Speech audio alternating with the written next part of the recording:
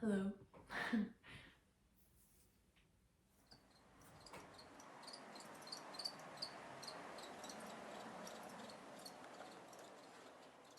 Do you ever watch an indie movie where they're in the French countryside or they're running through the fields and they've got a beautiful house and a beautiful room and all of their life just seems to be so aesthetically beautiful and you just want to live that and see that everywhere as badly as anything? Because I definitely feel that way when I watch and consume things like that. So I've kind of, I suppose I've made it my life's mission really to live that way, to live like art and to make my art surround me, because I find that I am just a better person when I'm living that way, and a better friend, a better lover, a better daughter, when I romanticize my life. So the best thing that I have found to do that, and the thing that really, when you boil it all down, is the main thing that runs through all of the things that you can do that, and just to have a nice life, is to slow down and be present with yourself and with people around you and with the moment that you're living in. Especially in the United States, we live in such a culture of chasing after the next thing and being a go-getter and a girl boss and always having to look ahead to the future. And I noticed that a lot of people, and myself, definitely myself, don't live much in the moment.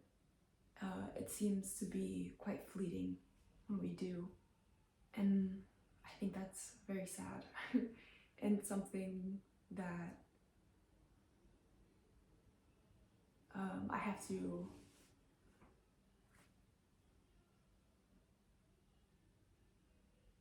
remind myself to do, to just be present and listen to the world around me. Just slow down, really truly slow down. Look around you right now. What do you see? What are you sitting on? What are you standing on, laying on? Feel it, you know?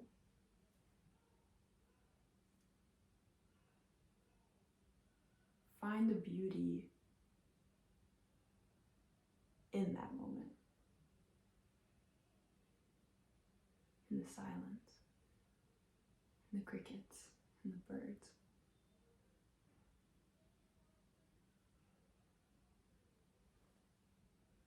Do you feel the romance? I do. I think it is a very romantic thing to be alive. So I'm going to tell you all what I do, specifically, that really makes me feel, yeah. I love to take good care that my meals are a very slow and enjoyable experience as often as I can. Of course, not everyone will always have the time for this, and I don't always either, but when I do have the time, instead of getting on my phone and putting on a YouTube video or podcast or something to kind of keep my mind occupied while I cook and eat, recently I've really been liking to either listen to nothing Or I have some playlists that I like to cook and eat to. I've got this um, slow French playlist that makes me feel like a chef. And it's a lot of fun to romanticize the whole experience of making and eating. I love to do a tea tray as of late. I've seen them on Pinterest, and the idea of a, I mean, I suppose some may call it pointlessly beautiful meal was really, really beautiful to me. I mean, I love to be presented food in such a lovely way at restaurants, and why would I not do that for myself? I mean, sure, it's a little more work and more dishes and whatever else, but the feeling of plating everything and then getting to eat it off a very beautiful tray is just one that makes me feel like life is so worth living. And it's just in the small things really like that for me that make me feel so alive and happy to be here. And it doesn't have to be expensive too. Like the tray that I'm showing you is the tray itself. I think I got for $3 at Goodwill, and it's like real silver plated. So keep your eyes open at thrift stores. You know, you can find some really beautiful things for super cheap. And those little blue plates and bowls, the blue and white ones, I got for like $2. I got 4 plates and 3 little bowls for like $2 at a yard sale. And they are so precious and make me so happy. So it can look expensive, but does not have to be. If you just buy secondhand or look in your parents' cabinet or grandparents' cabinet for anything they don't want anymore, always a good idea. I think it's especially important to also be grateful for your food. I think, and I'm speaking to myself here too, we can become very forgetful of how much effort and work and life have been put into the plate in front of you. Your hard work to get the money to buy it, the hard work of the people who harvested everything and killed everything, the hard work of the beings who lived and died for you. You know, it's such a beautiful, reverent thing to be able to eat food. So I like to pray over my food, and thank it for living and for dying for me so that I may live on, and someday I will die and be eaten by whomever for them to live on. And I think it's beautiful that I'm part of that cycle. To have a really nice morning and night routine is really big for me.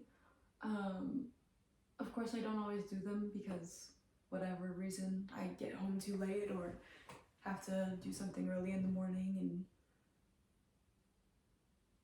the point is, when I do have time, and even if, because some days I'll have time and not want to do it, I really should push myself to do it, because it's such a nervous system regulating thing that makes me feel lovely when I do it.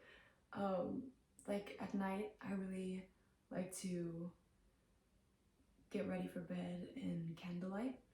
I'll, I have this long candle in a pretty thrifted candle holder in my bathroom that I like to light instead of using overhead lights. I, one, just don't like overhead lights, and two, it's not very good for your circadian rhythm to use overhead lights after sunset.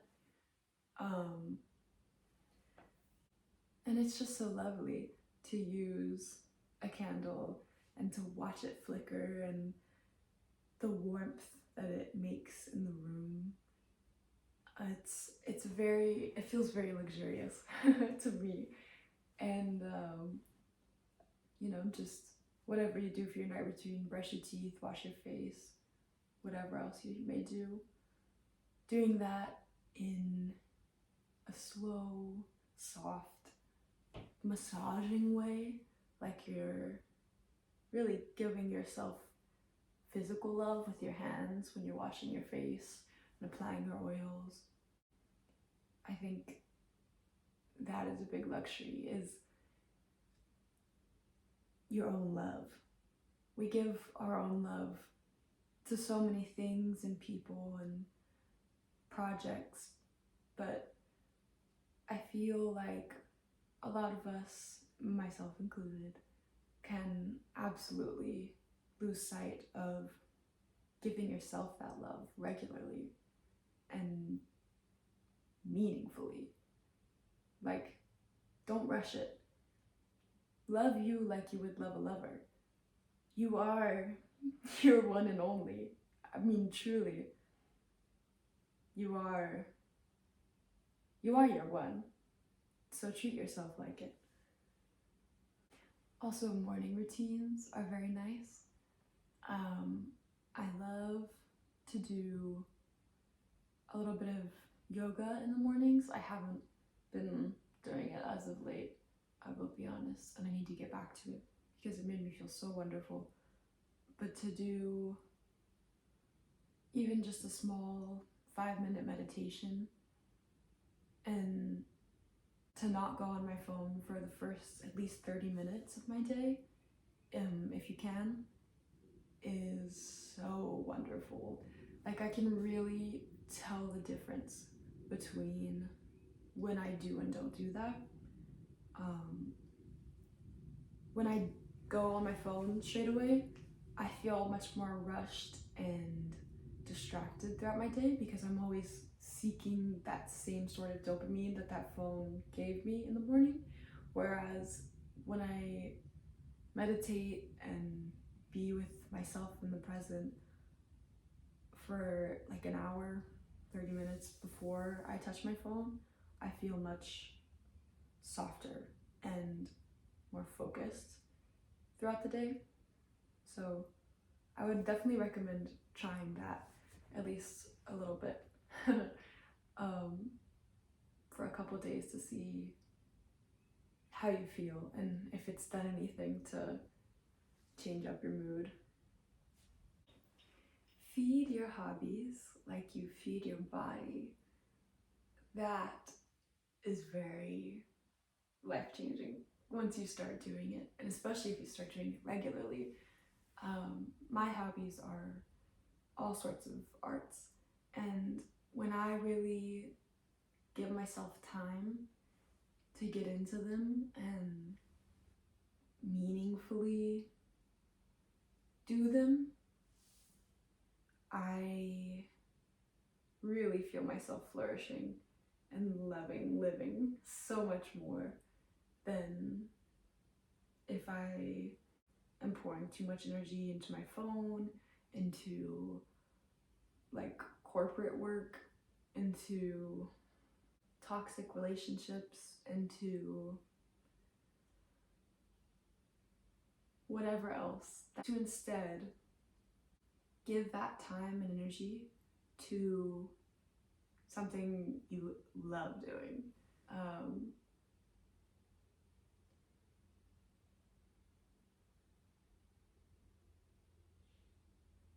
not everyone has a lot of time in their day, and it's hard to find spare time, especially if you're working a lot or if you have kids or big family.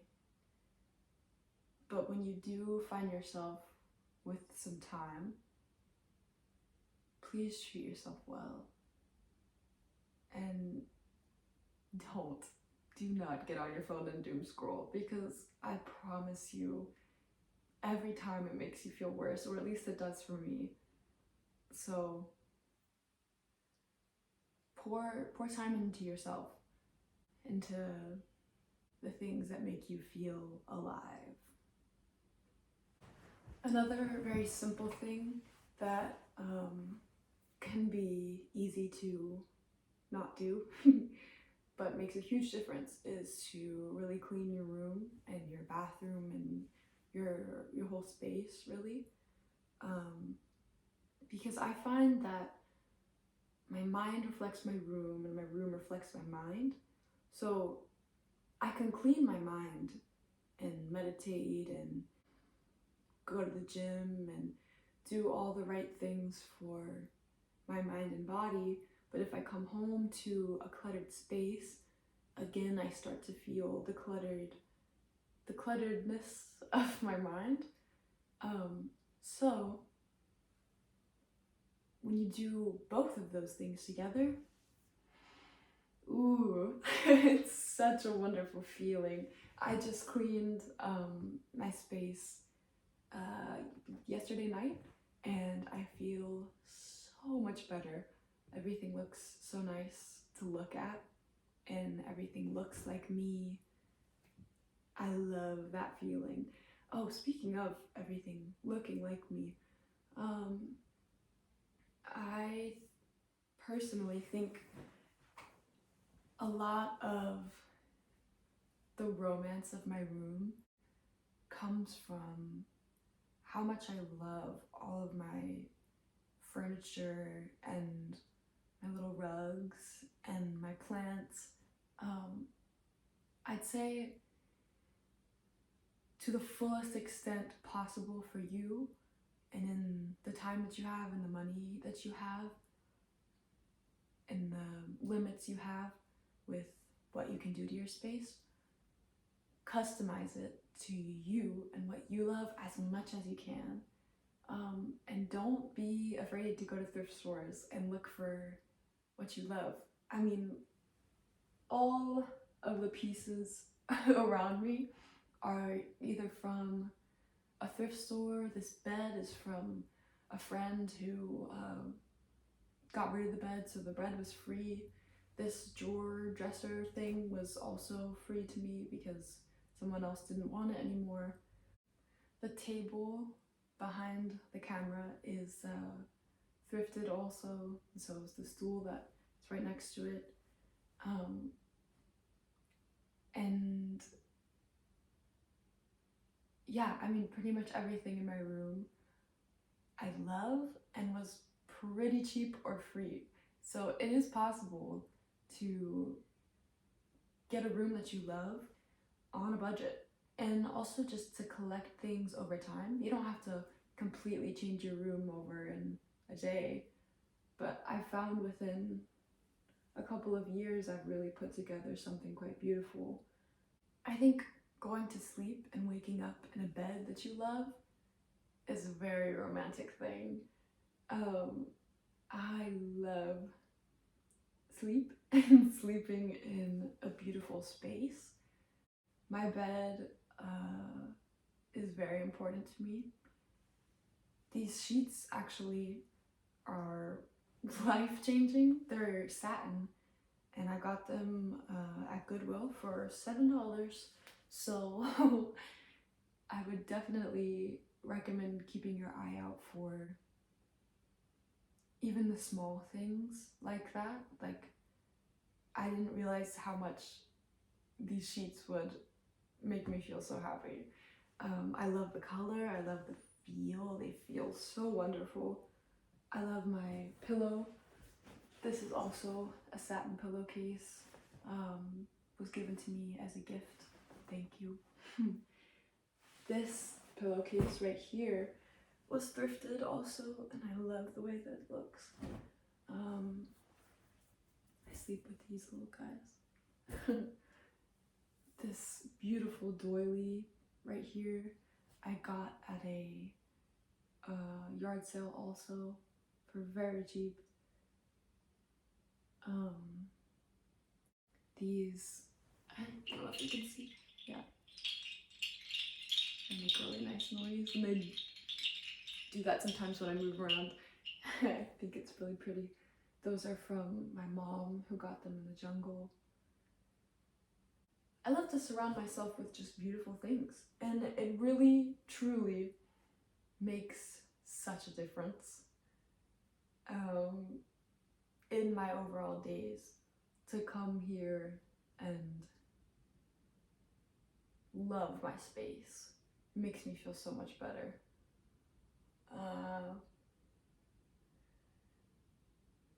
So yeah, definitely thrift, or buy, or don't buy. You could also just like customize whatever you do already have. You can carve into it with a knife, give it some pretty embellishments. You can paint what you have and make it look even better than what you have. There's so many options to do with your space what will really bring love and light out of you. And it's worth it. It's worth it to really give yourself that nourishment that you crave. Because if not you, who? You know, it's up to you first and foremost to give yourself love, and the rest will follow. Another thing I like to do is dress up really beautifully for anything. I love fashion and putting myself together in a way that is very reflective of my soul, and it just makes me feel really good and lovely to wear something that is so gorgeous and usually so unnecessary. Like even just right now, I'm just at home, I'm wearing this dress that I love over sweatpants because it's comfy, but it's also just really gorgeous and makes me feel happy to be alive. And you know that one outfit that you have planned that you've been waiting for the right moment to wear? Wear it. Wear it. Why not? You'll have plenty of other times to wear it again, and it'll make you really happy and feel very lovely to be in. So just put yourself together in the way that you want to, because nobody can tell you you can't. I guess unless you're like naked, and then that's illegal. Whatever. Other than that, wear what you want. Or I guess don't wear what you want, but you gotta be in the right place. I have been doing this for, I think maybe, oh wow, maybe like 3 or 4 years now. That's crazy to think about. I've only done 2 so far. This is my second. But it's like a little scrapbook slash whatever book that I carry with me everywhere. I just keep it in my purse, or you could keep it in your pocket if you wanted to do one, and you don't do purses. But I like to keep lots of things in here. For example, there's a movie ticket in this one. There's a plane ticket on this page, poem, receipt from a shop I like, some Polaroids. This is a chopstick paper that covers the chopsticks. This is from Christmas. It's some of the wrapping papers we use. This is another Polaroid. Some pressed flowers. It's just a really lovely thing to have and keep with me, because I'll have this for the rest of my life and be able to look through my memories of my childhood. Really, it's really nice to look back on this, and you can put anything in something like this, and I do put lots of very random things, some stickers, some drawings I made. I love to take it with me on trips too, as a little way to document the trip. This was a page from Puerto Rico with my friend, and some poems that I wrote there. I just love little things like this that feel so wonderful to have and to write in and to put things into and to look back on. Would definitely recommend doing something like this if you're interested. And of course there's times I forget to even put anything in here. This one was really funny. It's kind of like, you know those memes, it's like, and you don't seem to understand. And I kind of did my own romantic version of that. Is it flipped? I don't know if it's flipped. Let me...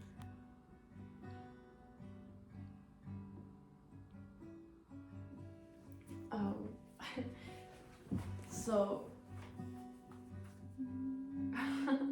I love to do things like that. Oh, and this is a little poem that I wrote while I was sitting on a little street corner in France. I'll read it to you. Aquí me quedo sentado encima de esta madera en un sitio de fairy tale. Mi corazón bien lleno de nuevos sabores, nuevas lenguajes. I am the cat that crawled through the peephole, silky and silent, killed if compliant, alive now I sit and watch.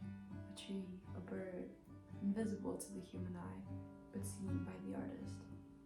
I fed pieces of my croissant to 2 birds. This is my purpose. This is why I am alive. It's really nice to be able to look back on who I was. Definitely recommend doing something like that.